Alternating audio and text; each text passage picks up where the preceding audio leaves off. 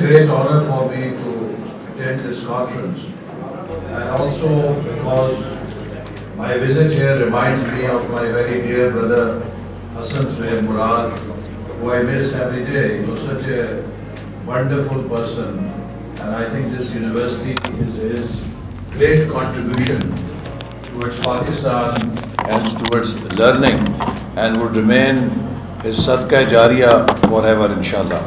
میرے لیے بڑی خوشی کی بات ہے کہ یو ایم ٹی نے ایک کم عرصے میں بہت اچھی ترقی کر کے پاکستان میں تعلیم، اعلیٰ تعلیم کے شعبے میں اپنا نام اور مقام پیدا کیا ہے.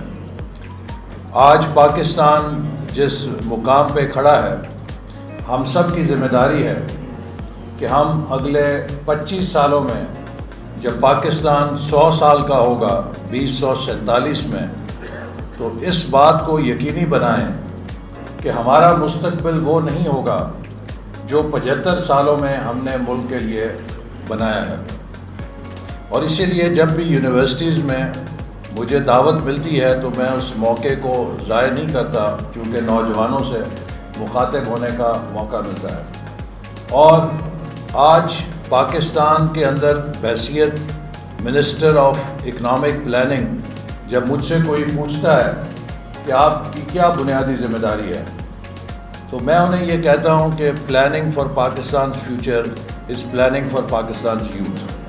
اگر ہم پاکستان کے یوتھ کو اچھی سہولتیں اور وہ مواقع فراہم کر دیں گے جن کے ذریعے وہ اپنی صلاحیتوں کو نشو و نما دے سکیں، جن کے ذریعے ان کی اسکل سیٹ وہ بن سکے جو آنے والے وقت میں ہمیں درکار ہے، تو Pakistan will have a demographic dividend.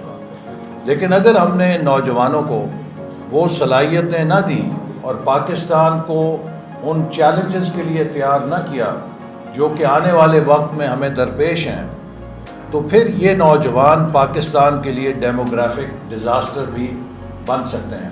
یہ پوری دنیا میں مسلمہ حقیقت ہے کہ ہائر ایجوکیشن کے ذریعے آپ نوجوانوں کو اکانومی اور سوسائٹی کا بہتر پروڈکٹیو ممبر بنا سکتے ہیں. ان کی آمدنیوں میں اضافہ ہوتا ہے اور ان کی کنٹریبیوشن کے اندر اضافہ ہوتا ہے. اس حوالے سے یونیورسٹیز وہ تجربے گاہیں ہیں یا وہ ہمارے ملک کے فیکٹریاں ہیں کہ جس میں یہ ذہن سازی، کردار سازی اور سکل ڈیولپمنٹ ہوتی ہے، اور یونیورسٹیز کی کوالٹی ڈائریکٹلی فیوچر کو امپیکٹ کرتی ہے.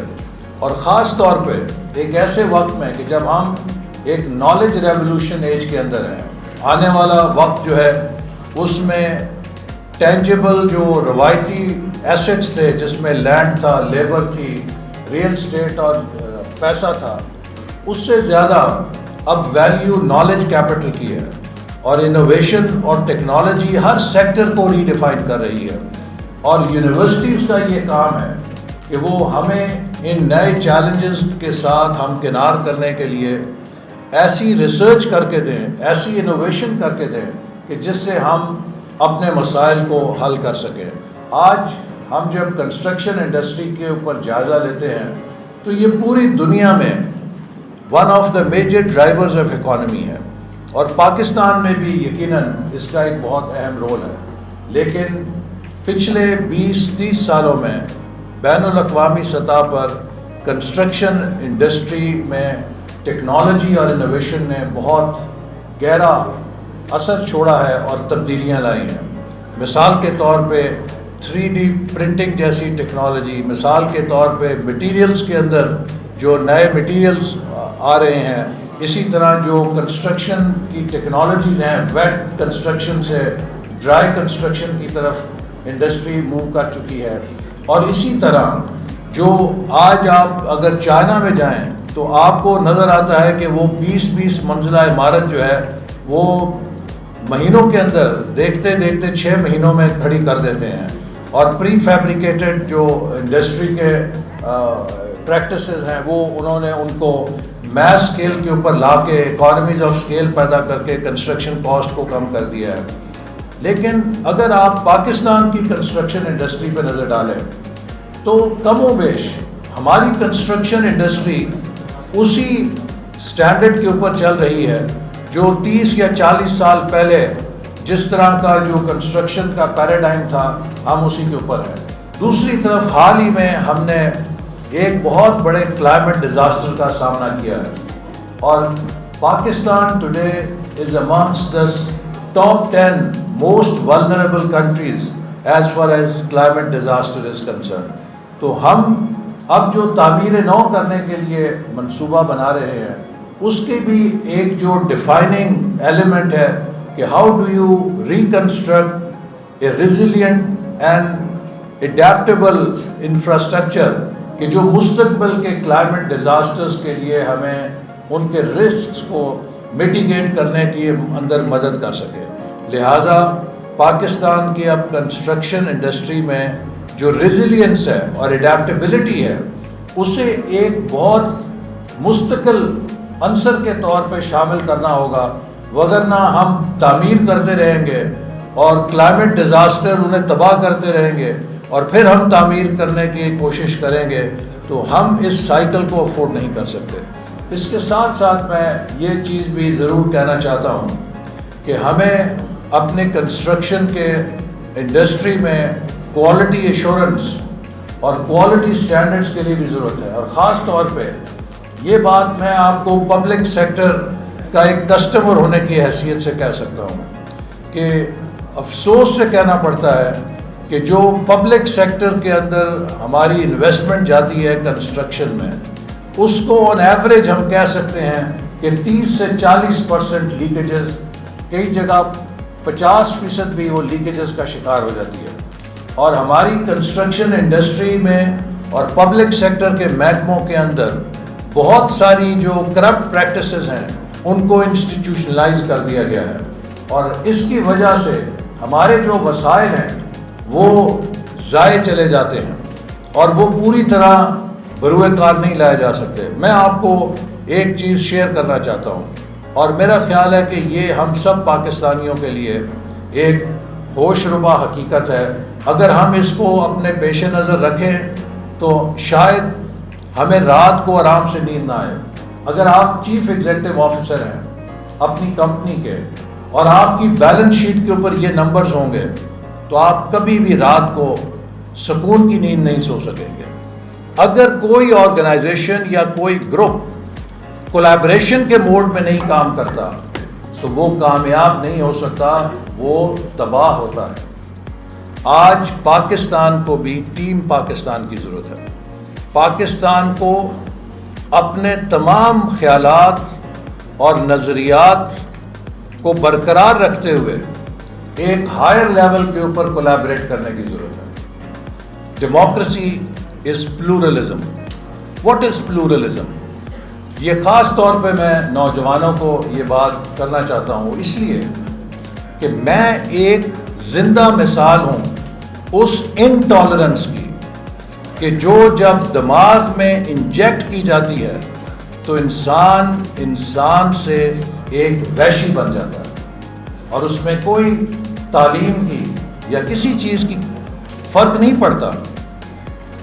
اللہ تعالیٰ نے انسان کو اشرف المخلوقات بنایا ہے لیکن یہ اشرف المخلوقات تب ہے کہ جب یہ ذہن کو اوپن رکھے، جب یہ اپنے مائنڈ کو ریزن کے اوپر رکھے. لیکن اگر انسان کے مائنڈ میں پریجوڈس اور ہیٹ کے وائرس آ جائیں تو جیسے وائرس کے ساتھ کمپیوٹر کرپٹ ہو جاتا ہے، انسان کا مائنڈ بھی کرپٹ ہو کے اس کو انسان سے حیوان بنا دیتا ہے.